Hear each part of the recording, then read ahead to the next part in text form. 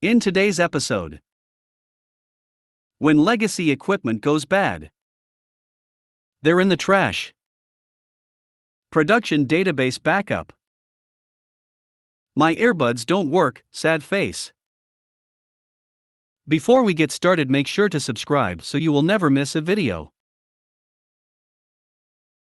So let's get started. When legacy equipment goes bad. Happy New Year, everyone. Yesterday it was Monday the 3rd, and I was happy to start the new year full of optimism and still high on holiday cheer. We've got a new colleague who's going to be replacing the one who stepped in front of a train last year, so all things are looking up. Until the network at one of our biggest locations crapped itself. The usual happens: calls start coming in through Topdesk, chats and phone calls. The Wi-Fi and wired network at our regular site has become incredibly unstable. It looks a lot like something we'd experienced at the end of November at another satellite location where the internet service became unreliable because we were structurally using more bandwidth than the modem could handle. My colleague starts his troubleshooting on site and does the usual LVL1 stuff. Modems get reset, firewalls as well, and for a little while it seems to work. Services are restored and we all breathe a sigh of relief. But alas, that relief is short-lived. Pretty soon the calls resume. Clearly rebooting all that stuff did not help. Now we've got an external party who manages our infrastructure, and in these cases most of our job is liaising between the users and NCC. But they also operate a standard help desk for the other services they offer. The fun bit about this is that one of our users from the manager level called this help desk and told them about the problems, and this help desk guy told him that he had to call his ISP to get this resolved. So yeah, great service on their part, not. So I take the new hire there so he can get his access keys and stuff from HR, while I do some more troubleshooting and get in touch with NCC. Thankfully, I know the magic lingo and quickly get past the help desk jockeys and start talking to NCC, who start diagnosing. We do another firewall reboot, but the connection remains unstable. But it's not entirely fruitless. The NCC guy can see packets dropping between the firewall and the main switch. So it's not the ISP but the switch that's faulty.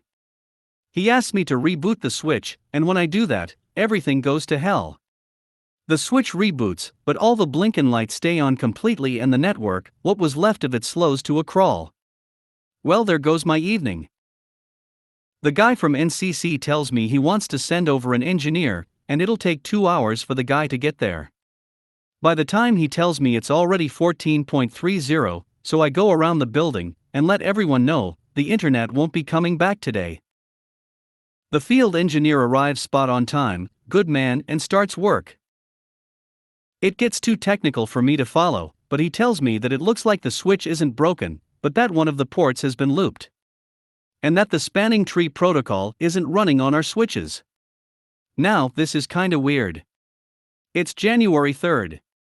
We haven't had people doing anything with the workstations. The last time we had any changes was well before Christmas, so if anything got hooked up incorrectly, we should have found out before the holidays. He's the expert though, so I start going through the reconfigured offices to see what comes up, but what comes up is nothing. Everything's hooked up the way it's supposed to be.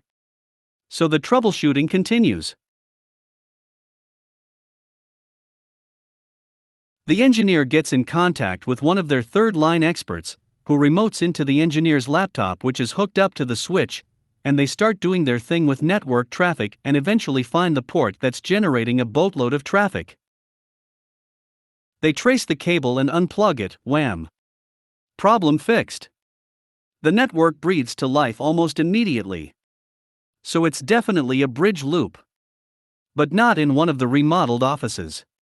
How strange. Well, I start looking for the port that's been unplugged, and 3 floors up I find a little old switch lying on the floor in a small room where there's 2 network sockets in the wall, 2 Chromebox setups, and a networked printer. And for some reason, a spare UTP cable that's plugged into TE which, guided through a cable gutter underneath the desk, and going right back to the second network socket in the wall. If only I had a hammer on me, it would have been cathartic. Instead, I unplugged that switch, plugged in the printer and one of the Chrome boxes, and went back down to thank the engineer for his time. No idea how that ancient thing got there, but I'm glad to be rid of it. They're in the trash. Had a bit of time today, and I've been sitting on this story for a while now. This was approximately 2-ish years ago. This particular client came to me in need of tech support, claiming she was unable to get her previous tech guy to answer her at all. If only I had seen that as a red flag, but she sounded desperate on the phone and her business depended on it. She runs a bookstore on an island and IT shop/repair folks can certainly disappear for other reasons. So, I agreed to help. The first issue was that she couldn't arrive within normal store hours, 9 to 5. She'd show up at 4:59 and then camp out and chatter away for an hour.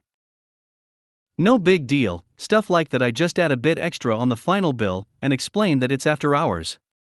The first job for her was painless cloning 2 laptop drives over to solid-state drives. Easy. She comes in to pick them up, hangs around talking for what felt like forever, and then returns to her island. Now I tell most clients that my favorite thing is to never hear from them again, or at least for a long time, because that means I've done my job and that things are working as they should. It had been about a month since the clones and I see that she is calling. Keep in mind, for these conversations I am doing you all a huge favor, and removing/abbreviating the long diatribes she would go into whenever it was her turn to speak. I don't have the energy or the time to type out nor the memory. Me, what can I do for you? Bookstore lady, my emails are gone. All my important emails are gone. My vendor lists, my order summaries, the important contacts I use to keep the bookstore running. Insert 10 more minutes of talking about the same thing. Me, okay. Bring the laptop by and we will have a look together. The cloning process would not have deleted any M. Bookstore lady, I know. They were there up until yesterday. Now it's all gone. I don't know what has happened. Me, head on over and we will take a look. She arrives, flustered, distraught, agitated. I open up Outlook and then hand over the laptop so I can see what her process is. Me, okay, so walk me through it, show me what is missing. Bookstore lady, yelling my emails are what are missing. I need these, Emma. Me, lower your voice. I'm not going to be yelled at when I'm trying to help you. Please just walk me through it and show me your process. She starts angry clicking through her emails while explaining her process of not saving contacts, but rather just keeping their emails and searching for their names and continuously replying to old emails. I start to feel bad for the laptop with every angry click she makes, and then I remember the IT guy before me who ghosted this lady, and then the other people she mentioned. Her website designer ghosted her also. I start to think about changing my name, moving my business location, disappearing. Bookstore lady, there. See. Nothing shows up. That's the name of one of my biggest vendors, but there's no email. All of them are angry clicks gone. Me, alright, was there a folder you created that you used to store these emails? Maybe a place you saved them or organized them? Bookstore lady, yes. Yes, there is. Here. I watch with horror and dread as she moves the pointer to the trash folder and angry clicks on it. Bookstore lady, I keep all my important emails in here. Me, that's the trash folder? I was honestly just not sure of anything anymore. Me, you can't keep important stuff in there. There's usually a time limit on how long stuff stays in there, before it gets automatically deleted. Bookstore lady, they've always been there. Why aren't they there anymore? Me, I imagine they auto-deleted. I'm sorry, you'll have to reach out to these people and get their contact information, and I'll show you how to create contact lists and back them up so the Bookstore lady, I want my emails back. Each word emphasized with an angry click on the Outlook trash folder. Empty, still. Me, Then you shouldn't have stored them in the trash folder. I'm sorry, there's nothing I can do to retrieve this. I'd love to say that was that and the lesson was learned. She left, and I'd later help her migrate her domain email over to Gmail, again, emphasizing the importance of saving contacts and not moving important emails to the trash folder for safekeeping, her words. But then, sure enough, the phone rings and it's her. About 3 months had gone by. Luckily, I'm on site doing work and my policy is to typically not answer my phone when I'm on site anywhere. It goes to voicemail, which she kindly leaves a 10-minute ramble-thon of issues relating to her emails missing again. By the time I get back to the office, she has written an email. She explained she had tried her old method of keeping the emails in the trash again, just for a day or so this time. And sure enough, they were gone. She needed those. I exhaled a long, sad sigh and replied to the email explaining that, again, the trash folder was not the place to store emails of importance. Is it over? Not really. She would soon start showing up unannounced, still between 4:59 and 5 p.m., just as I would be walking out the door to demand help on things that were akin to throwing paper into a campfire and then wondering why it burned. After the third after-hours surprise show up, I made it clear I just couldn't help her anymore. My advice wasn't being heeded, and there's nothing more I could offer her. She'd still call every now and then and leave a long rambling voicemail. When I switched to a different company, I migrated my phone contacts as well, and sure enough, about 2 weeks after the move, my work phone rings and I see the incoming call contact name, Insane Bookstore Lady. I declined the call. Production database backup. Many a decade ago, whilst working for a software house, a client came a little unstuck with their database backups. On the client's server were a number of databases. They normally were named in a specific pattern, like software name _ software or software name _ client acronym for their production data, and we'd typically advise them to have at least 2 other copies that were named something like software name _ client acronym _ UAT and _TST. Now we could only advise and could not enforce on their suggested backup cycle/policy. We received a frantic call from the client one day. They'd had some server problems and had started up a new server and restored the backup onto it, but their production database was missing. So, we obtained their backup media, a DAT, and reviewed it ourselves, plus multiple previous days and scheduled monthly tapes. Each one was the same, our software, plus the test and UAT database, but not their production database. Side note, UAT was a copy of production that was about 3 months old, but we had this process they would run that would prune and mangle all PII, so was effectively useless.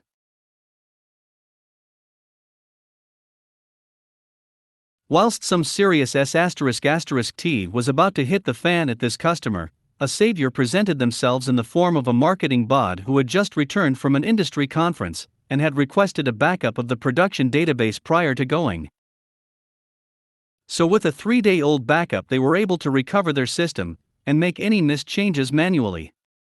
Someone in their IT department got the boot, apparently with the production database also being backed up onto the DAT. It went onto 2 tapes, so they decided to remove one of the databases to bring it back to fit on one DAT.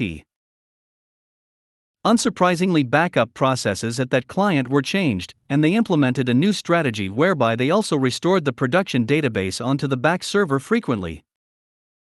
That was an intense few days on the support desk.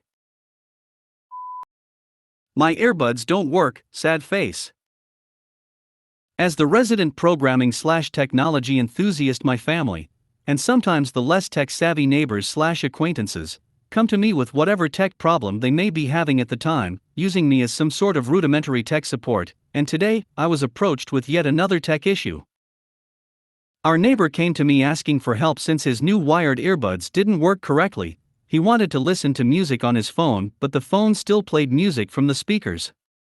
Naturally, this causes problems with others who may not share your musical taste, or just might not want to listen to your favorite song on repeat. I ask my neighbor to show me the issue, and what he does is absolutely baffling. He goes into the sound settings and plays the music through the ringtone selector, which then plays the music through the speakers. Because it treats that specific output as a ringtone, and ringtones play through the speakers to make sure you can hear them and do not miss a call. The ringtone volume was maxed out while the media volume was set to 0. I set the media volume to a reasonable level and open up YouTube to play a random video to check my hypothesis, and, as expected, the video plays through the earbuds, and the speakers don't let out even the slightest electrical hiss. I install a music player app for easier access to audio files on the phone, and hand the phone back. The issue is resolved, and I am given undeserved praise for doing practically nothing.